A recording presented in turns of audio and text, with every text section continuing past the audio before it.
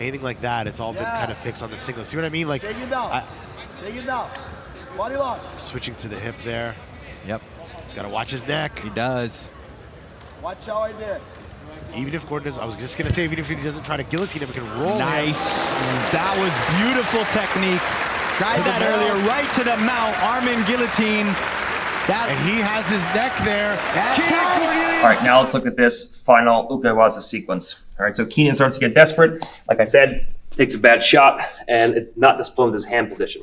So we're playing here. He's right lead forward. I'm right lead forward. He takes an inside step and an outside reach. I'll be going to tie up, and he just goes in. He has the right leg forward. He takes an outside reach, picks up a single. The second he goes to pick up a single, I'm like, you know what? I think that this is the time for the guillotine. Like I'm getting to his head a lot here, and it's proven that he can't hold me down from any of these positions. So I'm like, you know what? Even if he puts me down off of this single leg, like who cares? I'm just gonna get back up. So right from here, I go in and I start getting to the guillotine. First, they have the single. First, he tries to use his left leg to trip mine, and that fails me. Hop over. Then the guillotine was tight. The hands are actually pretty high from this position. So he tries to switch to a tight waist. And then the second he comes off the leg, I'm like, perfect. He can't hold my leg with one of his hands. So this is a mistake. So right from here, immediately sprawled out and away.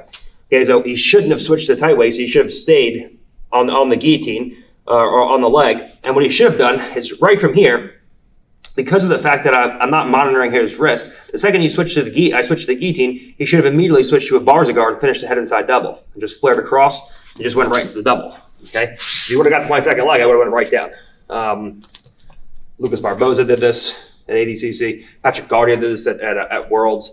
And so this is like, should be hardwired. The second the hand comes off the wrist and the guillotine comes in, immediately just flare across the double. They would have solved all his problems, but he just didn't do that because he sucks. And so this guillotine was coming on tight. He went to a tight waist. I sprawled back. Then he tried to lock a body lock from here. And I was like, that's just not going to happen. So from here, we started walking. And now instead of coming in straight and going in for a sumigeshi, I went to the outside and I start hitting ukewaza.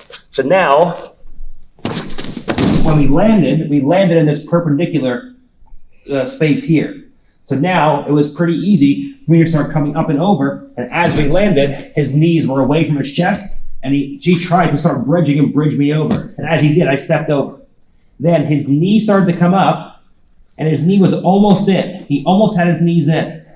And I was like, oh man, his knee's gonna come in. If he would have just kipped a little bit, his knee would have came in, and he would have beat me. But his knees came away from his chest. And as his knees came away from his chest, I was like, oh, he quit. That's it. And I brought my hips in, I brought my hands high, and I finished him. And so he almost had the knee in. Like when we landed, he almost had his knees to the inside. He had one of his knees on my tailbone. Let me see. Right, quick. He had his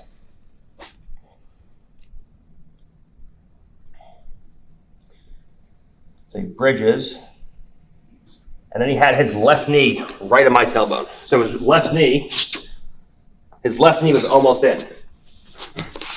So as we went in, I hit this ukewaza, and we landed more side on. So we came in, I hit this ukewaza. He tried to bridge me over. That failed. I stepped over, and then his left knee was like right on my tailbone from here. Okay, it wasn't all the way in, but it was like right there. If he would have kipped, he would have been able to beat me. My ankles weren't locked yet. But instead, he just brought his knees away from his chest.